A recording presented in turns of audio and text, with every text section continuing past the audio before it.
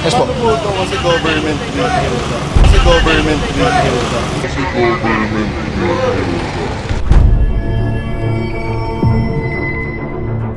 Hi everyone! Hindi po porket government vehicle ang inyong gamit ay exempted na po kayo sa parking violation. Sa video na ito ay tingnan natin ang maayos na pagpapaliwanag ni Sir Gabriel Go sa may-ari ng government vehicle. Panoorin natin ang video na ito. May isang lalaki na lumapit dahil government vehicle daw ang tinotow. Pero pinaliwanag ni Sir Gabriel Go na hindi exempted ang mga government vehicle. Sir, good morning. Morning. Yes po. Paano po ito kasi government vehicle siya? Hindi naman po exempted ang government vehicle. Saka I believe, walang driver kanina po eh. Malis kasi yung driver. So, saka may bollard po kayo doon that indicates kung hanggang saan lang ang parking niyo. I'm not sure bakit hindi po nasusunod. Pero mayroong bollard eh. Saka I believe napagsabihan na kayo ng MTPB. May alpa, may alpa, may alpa, may alpa!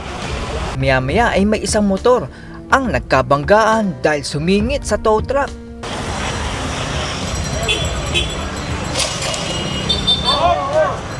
Ay, nak. Uy!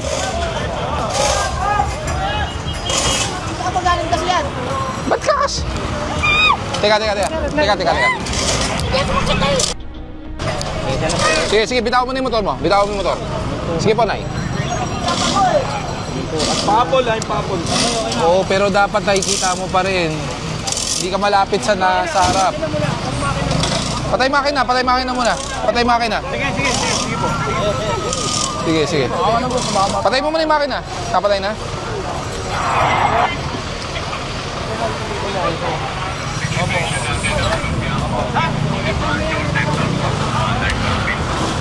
Bakit? Tawag to. Pwede ba wag kayo magpapa-counterflow ng motor? Sino nakaka-monitor dyan? Huwag kayo magpapa-counterflow ng motor. Kahit motor. Boss, kita mo, di ba, ongoing. Kaya nga may enforcer tayo na nagmamanage ng traffic para sundin mo. Alam ko nagmamadali kayo, pero tira mo, nakakos ka pa ng aksidente. Nakapahinto na Di ba? Isa lang siya eh. Puntangin siya. Oo. Lahat sumusunod, oh. Lahat nagmamadali. Nilapitan ni Sir Gabriel Go ang matanda at inalam kung maayos ang kanyang kondisyon. Okay ka lang, Nay? Saan galos? Napaso. Sige. May ano ba tayo? Burn oil. Oo. May burn oil ba tayo? Wala. Andyan yung... Dumaan yung ambulansya sa akin. Okay lang ba siya? Ano sabi? Wala namang masakit, Nay? Paso na ka lang, yelo. Baso lang, baso. Tayo ginawa ko yelo, tol. Hindi, ano lang natin? Ano lang sa... 7 meron ako. Yelo. Sa tindahan. Hindi, pakitanong mo nga sa guard ng DPWH, baka meron silang first aid kit. Pakitanong sa guard kung may first aid kit sila, kung may burn oil sila mo. Pero tayo para sa ako natin. Kaya tumayo, Nay? Kaya po? Para hindi tumigil sa balat. Dito ay nagpaliwanag si Sir Gabriel Go kung bakit may mga bollard ang mga kalsada. This is considered as pathway ng mga tao. Although, makikita natin bakit biglang nawala ng pathway kasi nga naging drop-off. Yes. Drop-off zone, di ba? Then meron silang parking slot. So, yung mga ganung bollard, it indicates bakit may bollard. Hindi lang naman yan nandiyan para for display eh. It indicates na hanggang dyan lang yan. Or, aside from that, ano yan eh, safety rin yan eh. Kasi pag reflectorize yan, makikita ng tao, may bollard dyan kasi may mga nakaparada doon, may parking slots, di ba? Kaya makikita mo yung easement nila ang lawak. It's because they use this as a parking slot. Yun nga lang po, lumalagpas na sila doon sa designated area.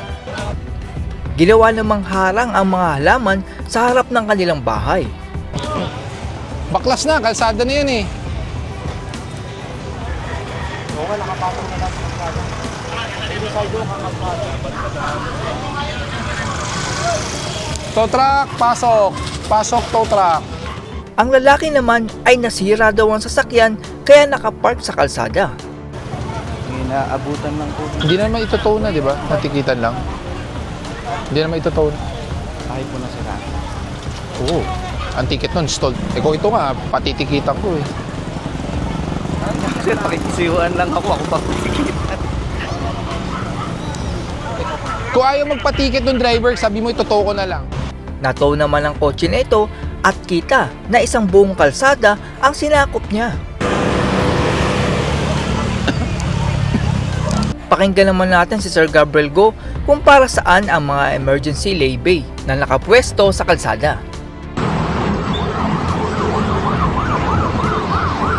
Okay, so nandito po tayo sa kahabaan ng C5 southbound, no? Mapapansin nyo, meron pong karatula dito sa likod. Dito po ay sa ilalim ng Kalayaan flyover, elevated U-turn slot actually, no? Mapapansin nyo, may nakalagay po dito, emergency lay-by for motorcycles during rainfall. So ano po ba ibig sabihin na emergency lay-by? From the word itself, emergency. So ito po ay hinihintuan ng mga motor na kung saan kung meron po sila mga biglaang kailangan, pag biglang umulan, kailangan po nila mag-raincoat, kailangan po nila mag-rain boots. So dito po yan ginagawa. Ngayon naman, pag hindi po umuulan, maaari rin pong huminto ang mga nagmamaneho ng mga motorsiklo dito po sa lay-by area natin. Just in case, kailangan lang po nila huminto saglit, kailangan nila mag-text, kailangan lang tumawag, they need to use cellphones, or panandali ang pagpapahinga lamang po. Hindi po ito dapat ginagawang garahe or parkingan. Ngayon, ano po nagiging problema dito? Alam naman po nating lahat, napakadaming vendors po na illegal na pumapwesto po dito sa ilalim ng Kalayaan flyover na kung saan this is an emergency lay-by area. So yun pong iniiwasan. Kaya po natin inaalis sa mga vendors dito, it's because we want to remove yung prolonged waiting at parking po ng mga motorsiklo dahil if ever man na meron po mga other emergencies, merong ibang sasakyan or ibang mga motorsiklo na biglang may emergency, eh hindi po sila makakahinto dito kung ito po ay punong-puno ng mga motorsiklo na nakaparada, kumakain, at kung ano man po.